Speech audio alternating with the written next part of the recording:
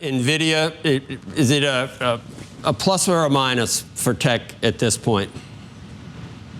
Joe, I think NVIDIA remains a plus for tech. They're executing incredibly well on their product cycles. Sure, there's a little bit of a delay in the ramp of Blackwell, their new platform, but demand for Hopper remains very healthy. I think the bigger story there, in addition to the product cycles, is really this broad ecosystem. You have millions of developers writing and investing in the NVIDIA platform because NVIDIA's tools and technology are helping make those men and women and their organizations more productive across a whole range of fields, be it manufacturing, healthcare, studying climate change. And so I think NVIDIA is a positive force. Sure, it will remain volatile, but I think the company is very well positioned over the next couple of years. Did you notice that NVIDIA went from being down 80 cents to being up after the employment number?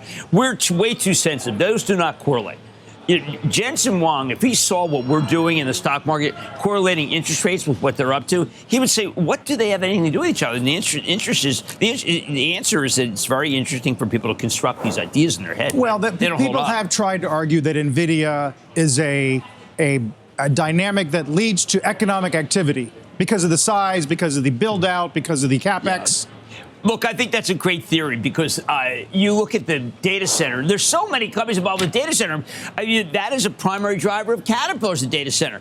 We know that Jonathan Gray, though, from Blackstone, they bought another data center. They wouldn't be doing that unless they felt data centers were a secular story. Right now, data centers became cyclical. Out of nowhere, the biggest theory of what's going on in the economy became cyclical, and that's going to be verified by the manufacturing jobs not going higher. Right. I thought they would go higher. That was not good. We did get some decent prints on construction job growth. And that could be related. I just never want to see manufacturing down because that's we've got this whole reshoring concept. And what happened to that? And Elon Musk stands for AI build-out. Now, it's funny. If we go back to the Michael Sembles piece this week that I've referenced, he actually is very positive about NVIDIA, very positive about the use of AI. It's just saying maybe the hyperscalers are spending too much. That's why it's so interesting what Elon's buying a gigantic amount because he recognizes, you mentioned this yesterday, that he has no choice. Obviously, he'd like to make them. But he is really the CEO of much more. He's CEO of Starlink. Think about what he's creating. And I did the funniest thing about what former President Trump said is he's not too busy. He's basically pretty busy. But wow, he's the panoply of the economy. And I think space matters a lot. And I do think the data center, and I do think that AI, and I do think that robots. Carter Worth had a note today, Jeff, saying that he thinks NVIDIA is kind of right at a key level where the charts, depending on if it goes up, maybe the chart looks good. If it goes down, maybe the chart looks bad. At what point can we get past it being the bellwether? How much further does it have to sell off? Or how, even this past week, it was kind of the bellwether. The earnings last week told you, and then Broadcom, look what happened today. NVIDIA kind of told you this is the market right now. Well, NVIDIA once again had another great quarter, but nonetheless, I think it's the expectations, Kelly. And I had a question mark and had a raised eyebrow in the month of June and July. Absolutely. We were buying puts, and it felt like we were just burning money. We were lighting money on fire, buying that downside protection. That came to fruition. We saw that drop from 140 all the way down to $92. Actually, 90 was the low, but we were able to buy back that position at 90. We sold puts. So we're playing a game of ping pong as we see investors continue to be perplexed on the spending, the cost, the revenue, all that's linked together with this AI theme. But I think the AI theme is not going to go away, but you have to capitalize. So in my article today on CNBC Pro, I want to utilize these elevated premiums to capture, but there is going to be a moment in time, specifically when Meta, and if Meta gets down to that 450 level, I want to be a buyer. So I'll be selling puts and collecting premium off of the fear of the market going lower. So I think you have to be very unbiased in this and unemotional, but we're conditioned to look at NVIDIA. And at the end of the day, NVIDIA is very important. So, but I'm telling you, keep an eye on Meta. Could I maybe sort of spin this differently and say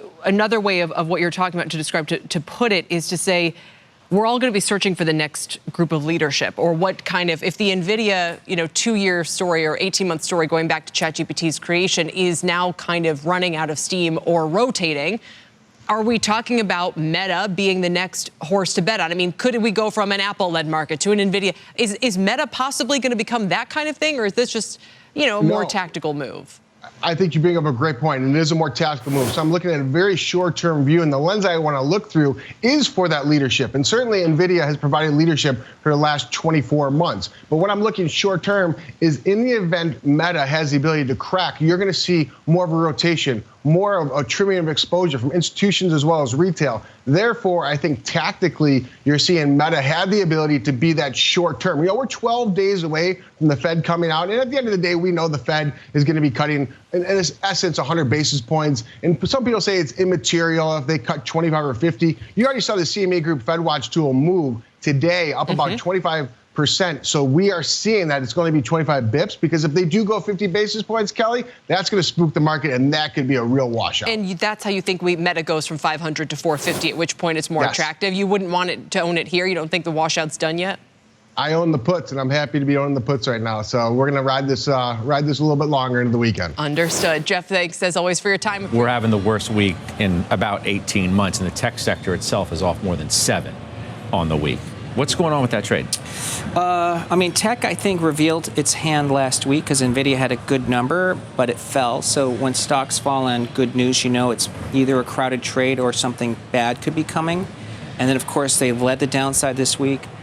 I think it is part of this pull forward the seasonality because people want to de-risk, and tech is a big holding. But I think on the margin, there could also be a political aspect to this. You know, Trump's probability of winning actually increased this week in the betting markets and in the polls. And I know investors think he'll be tough on China, which would be bad for semis. So I think part of this could be fears that a Trump gaining is bad for semis. What if there's just too much priced into these stocks at this point? Valuations have gotten a little too rich, even if they're the greatest stocks in the world, which you've made the argument that, in fact, they are. That this is the place you want to be, maybe more than any other. And what if that's true and the multiples still don't make sense? I think it's possible. You know, in NVIDIA's last 10 years of history, there have been 30% drawdowns, almost 8 times of similar magnitude. Its PE, NVIDIA's forward PE, was actually higher at the bottom of those drawdowns. You know, right now, NVIDIA's forward PE is in the mid-20s. So to me, this looks like a normal profit taking. Maybe it takes NVIDIA down to the 90s, but I think 2 years from now, that's really going to be a gift. So when you look at all of these, are you a buyer on the dip? Are you urging people who read your research and listen to you here and elsewhere to do that? We're close to that point, because let's say we thought that there would be a 7 to 10%, the risk of a 7 to 10% drawdown between now and November. We're almost down 5% now. I think next week we could be within that point of where we pulled forward that entire correction into the month of September. So I think we're close to the point where, I mean, I wouldn't be a seller here, and I think the lower range of the S&P's 5,400, 5,350, we're almost there now. You tried to hedge a little bit heading into both NVIDIA and Broadcom, right? Talk to me about the trades that you made going in. Yes, Scott, I think we had a good thesis last week that NVIDIA was going to be volatile. Option markets were indicating somewhere between a 9% move. You just never know if it's going to be up or down. It'd be a lot easier if you did. Same thing with Broadcom yesterday. Pretty heavy indication of an 8-9% move. So what we did yesterday with Broadcom is we wrote a covered call, only a 1-week expiration, so it'll expire next Friday. But the annualized premium that we brought in was 60%. Now, I realize that sounds crazy, and it's only because of the hyper volatility heading into earnings. But we brought in $1.73 yesterday. We wrote a covered call on Broadcom. Incidentally, when we did the NVIDIA call last week, we brought in $1.25. So we closed that out yesterday, wrote another Broadcom call. It brings in about $3 in premium for the past 2 weeks. Now, granted, the stock's down a lot more, but we were able to hedge 20% of today's decline with those 2 option trades just within the past 2 weeks. So it worked out well for NVIDIA. It's worked out well for Broadcom. The stocks are trending down, so I think we want to be a little bit patient before we add to them. But I think that you'll get a buying opportunity. And we're seeing prices, Scott, similar to where we did at the at the jobs report last month when we saw the massive sell-off. So I feel like that would be a good entry point for people to buy the dip for sure. So you're more of in the buy this market rather than beware it? Yeah, we didn't buy anything today. It was a short week. It's the first week where people are back after the holidays. You get a lot more volume. So we wanted things to settle out. We were also very concerned about what the jobs report would look like, remembering what happened last month. I thought the numbers were good on the jobs report. The market's selling off, I think, is more of a growth issue than a recession issue. Whether the Fed's going to cut 25 basis points or 50, a lot of uncertainty in the market there. But I think the opportunities, Broadcom's already back to where it was on that August 5th, August 7th low. NVIDIA isn't, but certainly it's getting closer. And yeah, I would be a buyer of the dip, Scott, and we will be. NVIDIA is going to come up, so I might as well bring it up. NVIDIA went from negative year-over-year revenue growth before COVID. COVID hit. Revenue growth then in early 2022 went to up over 80% year-over-year. Then, as you probably remember, there was this COVID hangover. Demand started to slow down. Those three big hyperscalers started to slow their spending, and NVIDIA's revenues by the end of 2022 went from up over 80% to down over 20%. And the stock went down 66% as you went through that digestion phase. But Dan, pushing back on some of what you're saying, okay, early 2000s. 20 years ago, Amazon got punished during that period because all this logistics spend wasn't translating into revenue like some people hoped, right? But if you had been patient, let's separate the investors from the traders here. Amazon's investments really did pay off. Why is AI any different? Well, you got to remember, there's the short term and the long term, and what you're failing to bring up to investors is that Amazon stock went down about 95% from peak to trough. So if you want to suffer through that, I personally don't. That's fine. But you have to remember, when I got negative on tech stocks in 2000, I would have never in a million years thought the NASDAQ would have gone down 78% from peak to trough over 2.5 years. And so if you look at this AI spend, it's been much more rapid than what we saw during the internet infrastructure build out, in the sense that if you take the launch of Netscape Navigator at the end of '94, and you look at Cisco and where their revenues were 7 quarters out, their revenues were up 3x in 7 quarters. NVIDIA's revenues since the launch of ChatGPT at the end of 2022, their revenues aren't up 3x, they're up 5x. So this build out's been a lot faster. And now you're starting to see, much like post-COVID, when things started to slow down at the big internet companies that were spending on all that infrastructure, you're starting to see the same thing, where the forward numbers are starting to come lower. And so, you're bringing up Amazon, but you're not bringing up the 5,000 internet companies that went to zero.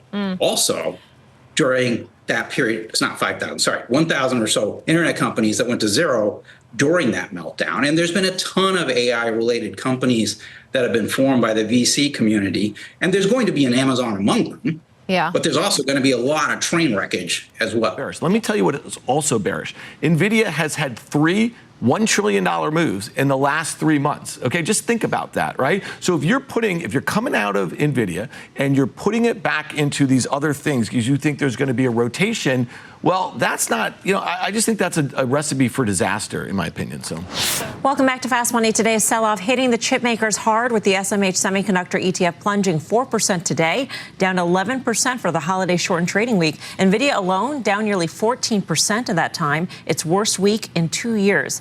Is there more trouble ahead for the semis? Let's turn to the chart master for the technical take. What do you think, Carter? Yeah, this is a tough one, I must say, but let's try to figure it out together. Let's go right to the charts. The first is a relative strength chart, a ratio chart. It depicts the semiconductor index, the SOX, relative to the S&P. And what we know there, and you can see it very clearly, is you have that dot-com peak, and only this year, 24 years later, did the SOX recoup all of its relative losses.